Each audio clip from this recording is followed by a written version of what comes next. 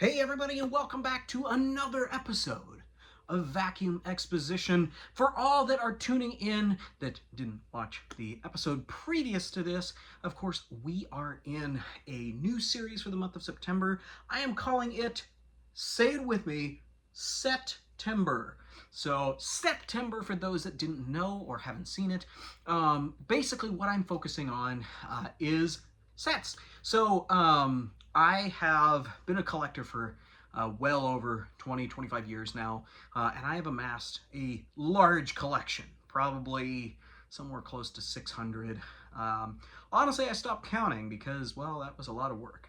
But anywho, so over the years, I have, well, completed some sets. So when I say a set, I mean like a series of machines that would have come out, whether that be a year or a particular color or pattern or something sort of like that.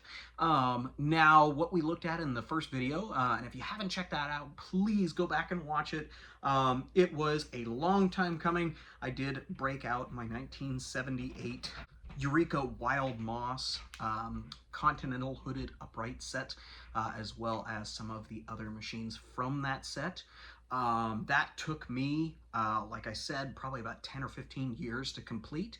And to my knowledge, I am the only person to ever complete that set, in addition to the other machines that are there. Now, today, no different. We have another set that we're going to take a look at, and one that I didn't think I'd ever complete, mostly because I didn't even think I'd ever have this many of this particular machine. That kind of happens sometimes when you start doing this and you get into it, whether that's collecting vacuum cleaners or Hot Wheels cars or GI Joes or what have you. You start collecting and you amass a certain amount, and then all of a sudden you find out, like, oh, these actually went together. And that's just a little serotonin boost that people like myself just absolutely adore. So we'll be getting into another set for today. Of course, we are going to continue this all through the rest of the month. I have some really, really cool sets that I prepared for you guys. I have been digging through bins in my storage units to get all of them out and get them all nice and cleaned up for you. Each set that I have to prepare, whether that's 3 machines, or like last week, it was like 7 or 8 machines, I have to go through, I have to clean up and get them all, camera ready, So it does take a lot of work to get them all up and ready for you guys. So I do, like I said, hope you appreciate it all. And obviously it's definitely helpful for me because it gives me that little bit of peace of mind to get these things back out again. So anyways, let's get on to our video for today and take a look at some really, really cool machines. Well, everybody, I want to present to you a set that I unknowingly assembled over the course of a few years now, but that doesn't take away from the fact that it does exist in its entirety. Now, what we are looking at is the 1981 set of Hoover Concept ones, which sounds weird because you're saying ones, one being singular, ones being plural. Grammatically doesn't make sense, but we digress. But anywho, so this particular set, I won't go into detail because I have to tell you a story first. Now, why we are looking at this set. Now, this particular machine was introduced by Hoover in around the late 70s, I think 1977, 1978, with a machine very similar to this one, and I'll show a picture of that one right here.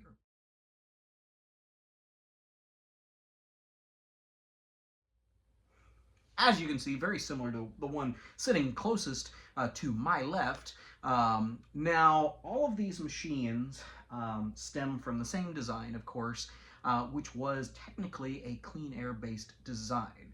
Now, for those that know Hoovers, or maybe you don't, the Concept 1 was essentially the replacement for the very famous Hoover Dial-O-Matic. I'll show a picture of one right here.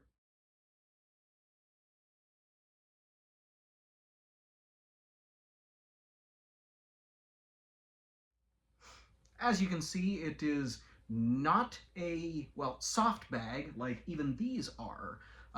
That was actually Hoover's first clean air upright, essentially putting the bag within as well as having these exhaust come out through a filter so as not to blow, well, spent air out and thus making the mess worse, essentially.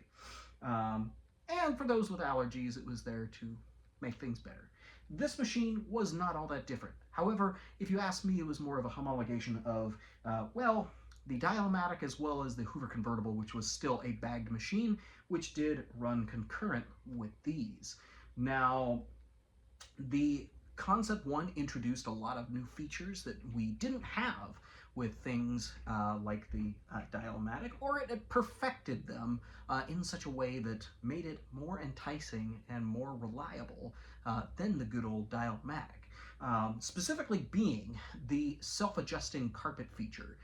So now I'll get into more detail when I go over each machine. However, all of these have a height adjustment on the front. It's a big slide switch. I'll even show one in particular right here. But essentially, what that does is it raises and lowers the front of the machine in order to, well, get your preferred carpet depth for cleaning. Now, the Concept 1 had a self-adjusting feature that essentially left your front end almost floating on the carpet. So if you went from maybe a high pile to a low pile, it would settle itself, kind of like how a Dyson does with their self-adjusting floor nozzle. Now, the Concept 1 line, it was introduced with a lot of new features and was quite a bit more expensive than the old convertibles or even the Dial-O-Matic. I think these usually topped out somewhere around the high 200s, and even with the lowest one being kind of around the 130, 150 range.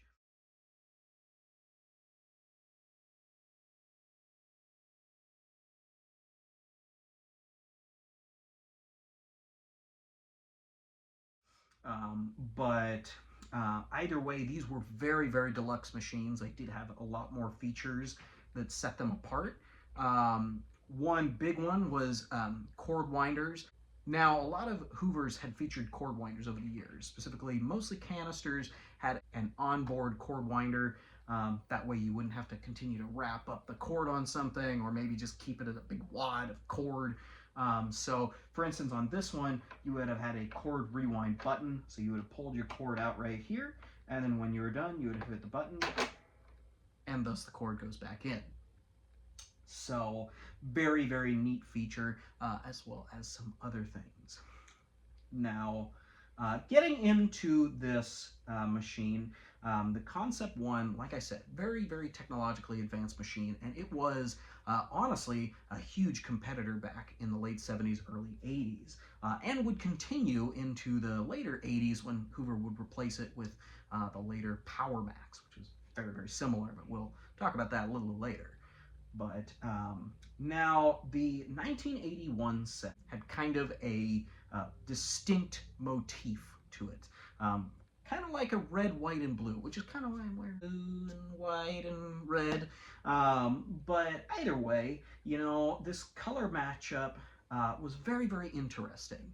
Now, we're going to start at the very end. Now, that model was the U4203. The U42s were actually the non-self-propels, while the U31s would have been the self-propelled ones towards the front here. Now, the U4203 as well as the U3103 both came out in what I believe was honey beige and cinnamon, if I'm accurate on that. Don't quote me on it, I'm not 100% sure, but I believe those were the colors that these machines were going with. Now, the U4203 would have been your most budget-friendly model.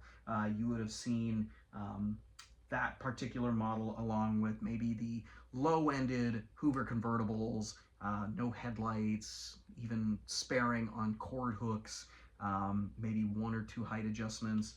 That particular model over there, though, you had, well, you still had a Concept 1, which still would have been a very powerful and trustworthy machine on your floors. However, you were lacking some things. So, for instance, we see that it has, well, hooks for a cord. that was purposeful. That would have been a non-deluxe option to have just a regular hooks for cords. So you would have had that. It was also not a self-propelled machine, so you wouldn't have had the assist when moving it. These were still kind of heavy machines, nowhere near like a Kirby, but it did help to have that little push, if you will, when you were trying to do your cleaning. In addition to that, you did still have a 2-speed motor, as well as the quadriflex brush roll like the rest of everything. So you were still getting a lot of good features. However, you were lacking in a headlight. If you can kind of see, most of these machines towards the bottom here have a headlight. Now, the Concept one was famous for having a headlight, so when you see a model that doesn't have one, it stands out. So this being one that definitely stands out. On top of that, it did have a self-adjusting feature, but it was a little bit more, well, not so automatic. It was more so kind of like a clutchless manual transmission, if you will. You know, you still had all 3 speeds, if you will, but you still had to shift it yourself, whereas the rest of them had kind of an automatic, if you will. So that particular machine actually is a little bit more harder to find because it is lacking in the options. But either way, still very hard to find and very interesting, as well as the attractive color scheme. Now, next up, we have the U3103. That was still in that same kind of honey beige and cinnamon colorway, but you started getting some of the deluxe features. For instance, you did get the headlight on the front. You did get the self-propelled feature, as well as the 2-speed motor and quadriflex brush roll. Now, I'll stop going over that one to tell a different tale about these machines. Now, the quadriflex brush roll was very famous for Hoovers. You saw them a lot on things like the Dimension canisters, the Spirit canisters, celebrities, all kinds of different stuff in the power heads and everything. And essentially what it was, they call it a quadriflex because quad meaning 4.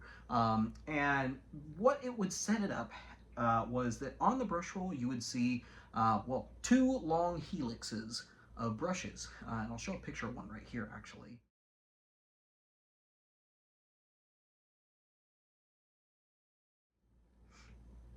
As you can see, 2 long helixes. Now, I know you're asking, why is it a quadriflex if there's only 2? Well, the way that they set it up is so that at least, you know, you had 2 ends of that helix on each side of the brush roll. So you basically had a median.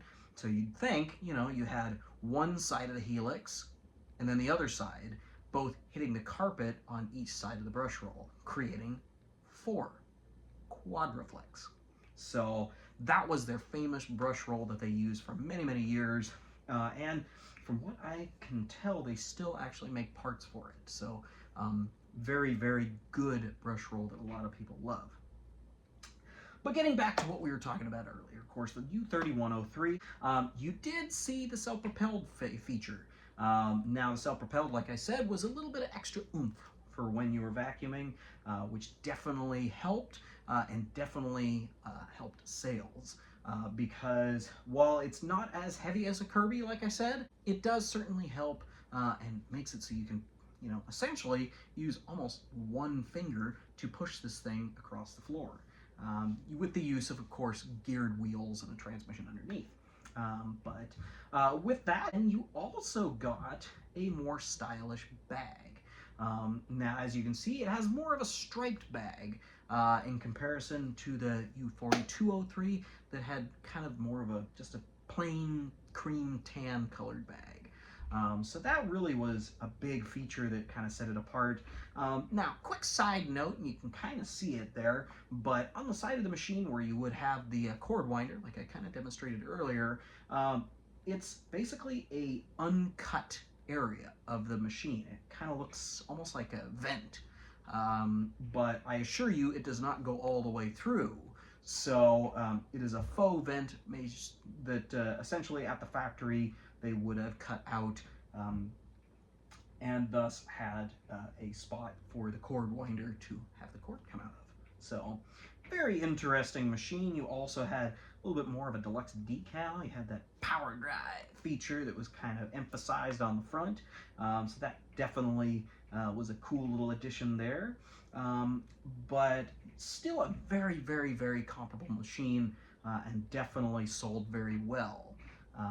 Now, following that machine, we are looking at the U4201. Now, I realize that that does not go in line in terms of model numbers. Hoover was famous for having model numbers that didn't quite all make sense, but if you kind of think about it, it kind of makes sense. I don't know. It makes sense, but it doesn't make sense, if that makes sense. But the U4201, now this was another stripper model, if you will, or a cost cutter. You still had certain features, but it was still a lower end. Now on this one, you saw the cord winder. As you can see, a little button right there, and then the cord would have come out the side. However, it is lacking in a few things.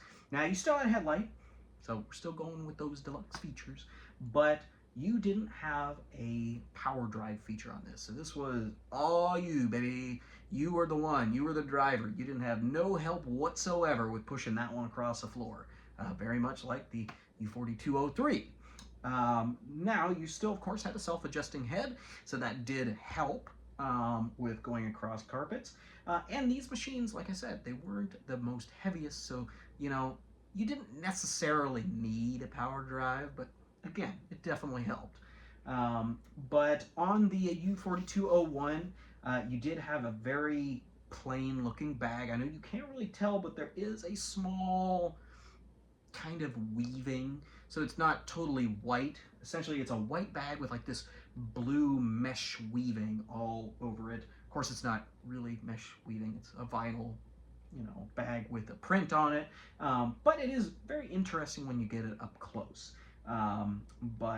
So deluxe features, you still got the cord winder and the headlight, self-adjusting head, however, lacked the power drive and the fancy pants bag.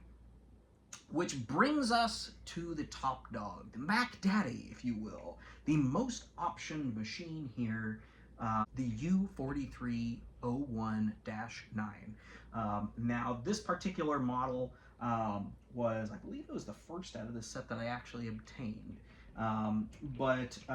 You got some pretty cool details with this particular machine being, well, the top. With the blue models, you had that cord winder right here, and you had the self-propelled feature that the upper line models would have had. You also had the fancy stripy bag, which I think is just killer looking. You had a headlight, but then you also had this fancy filigreed front decal with, of course, power drive across the front. But then you also had, and I know it's kind of hard to see, but it's kind of sparkly right here.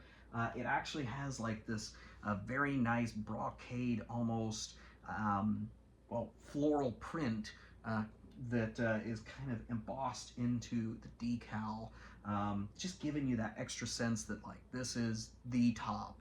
And Hoover definitely wanted to honor, you know, its customer base by giving you the absolute best when you spent the money. Now, in addition to this, because, you know, Hoover loved to slap their logo on literally everything, the final moniker that just made this machine so cool was actually the front cover. Now, of course, behind this cover is the cord winder. So there's a big reel right behind here, but on the front, whereas the other ones are just kind of the plain color, you actually had this fancy monogrammed H on the very front in kind of this silvery color to denote that you had the best of the best that Hoover offered back in 1981. So this model was definitely the top dog, the highest price point, which would have been closer to that $200, $220 mark. which back in 1981, you'd be looking at around like anywhere between $500 to $700 with inflation. So this machine was definitely the best you could buy at the time, besides, you know, the top of the line Kirby, top of the line Eureka, and all that kind of stuff. So this set of machines was definitely Hoover's flagships. You know, they still were running the older models, such as the convertibles, but this was, you know, their entry into the 80s with, you know, the best that they could. Now, I know you're asking, why did you set them up this way? Why didn't you, you know, do it, you know, over, kind of like do red, blue, or something like that? Now, there is a reason, and I will actually show that reason right here.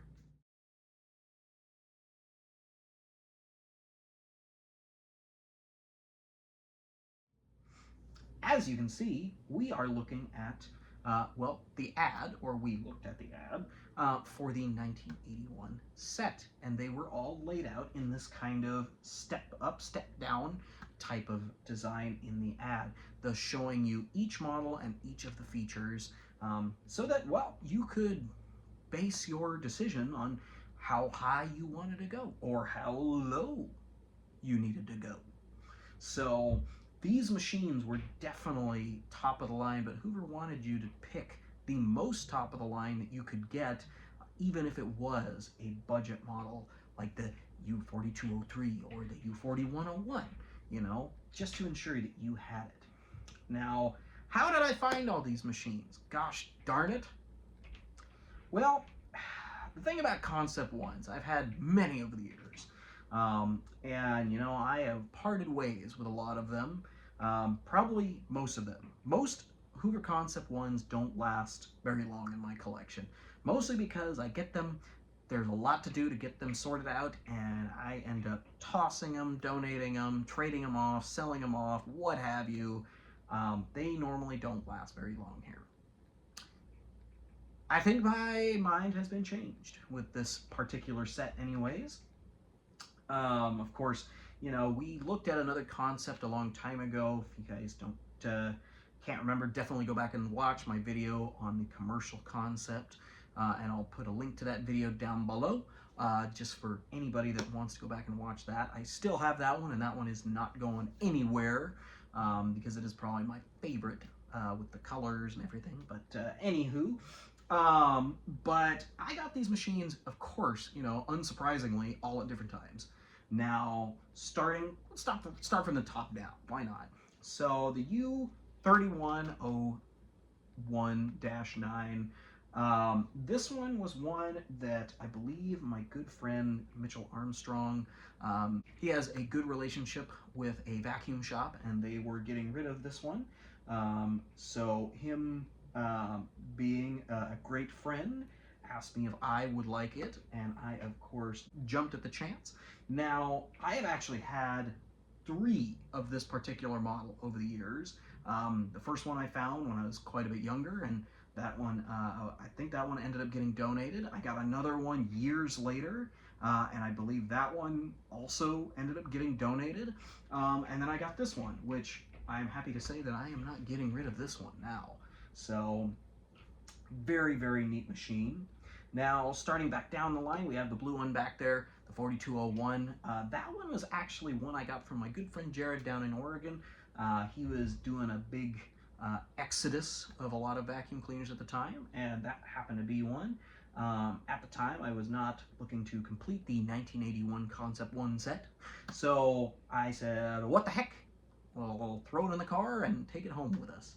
So off it went, and it came back here, where I have since given it the cleanup and the spa treatment, so it will now enjoy a nice retirement with the rest of my concepts. Of course, we're back at the 3103 here in the front. That was a very strange one. It was while I was working in Seattle, I spotted this one. It was for free somewhere, I believe maybe OfferUp. And it was actually close to where my friend Mitchell Armstrong was living at the time. So with his help, I got it, and he brought it to my office in Seattle, to which I then hauled it all the way up to my office, sat it next to my desk, continued to get through my day, and then at the end of the day, I picked it up and took it on a train for 2 hours to get back home to my place in the southern part of Washington. So that machine has lived with me for quite a while. Of course, big thank you to Mitchell for helping me get that one, but definitely one of my favorites in the collection. Now the last machine, the lowest man on the totem pole, the U4203. Now that particular model was a little bit more recent. I believe this was, I don't know, maybe 6 months to a year ago. I was surfing the web, found things on Facebook Marketplace, and that one happened to come up for free. It was in pretty nasty shape. It needed a lot of work, and still I need to find some hubcaps for it. Have one, but the other one's missing. You can't really buy the same ones. You gotta buy a set, so that is in the works. Gotta find another set of rear hubcaps for it. But otherwise, after a good cleanup and detail, that one is looking fabulous again. So, well, they all came at different times, very random, and, you know, never once was I focused on completing this set. And it wasn't actually until about a year ago when I was, you know, going through old ads and such, and I saw the ad for these that I just showed here. And lo and behold, I go, well, you know, I have that one, I have that one, I have that one. Oh, wait a minute, I have all of them. Very strange. So, but now I'm very happy to have them. They, of course, will be staying together as a set, so no breaking this up. But either way, still honored to have them, and definitely looking forward to, of course, sharing them with you guys. But either way, I hope you kind of enjoyed our little history lesson of these machines. So I thought I'd do the run demo a little bit differently. So we're going to do kind of a montage. So I know that we kind of did some short runnings of the machines in the Wild Moss set that we did last week. I'm just going to do random clips at a time of each one of these things running, and then, yeah, we'll do that. So let's get on to that run demo montage.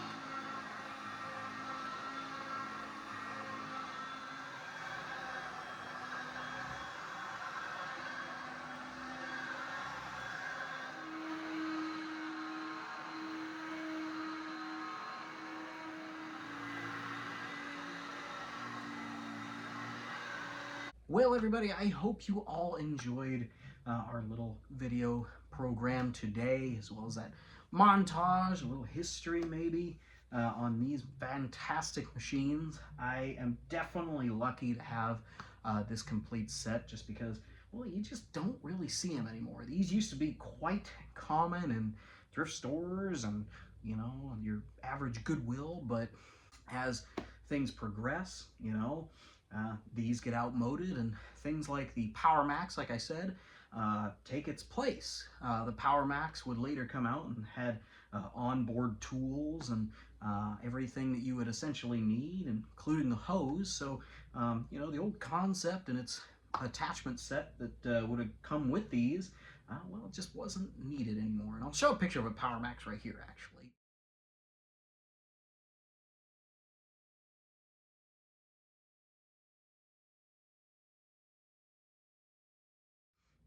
So as you can see, very similar in design, and took over a lot of the designs that the Concept was known for. But these machines, either way, were very important to vacuum cleaner history, as well as just history in general, being the first high-tech vacuum cleaner that we really had for a long time. So using them, it's always nostalgic, just because, you know, it's just that feel of one. Unless you have a Concept, you really just don't understand how it feels. But either way, I hope you guys enjoyed this episode.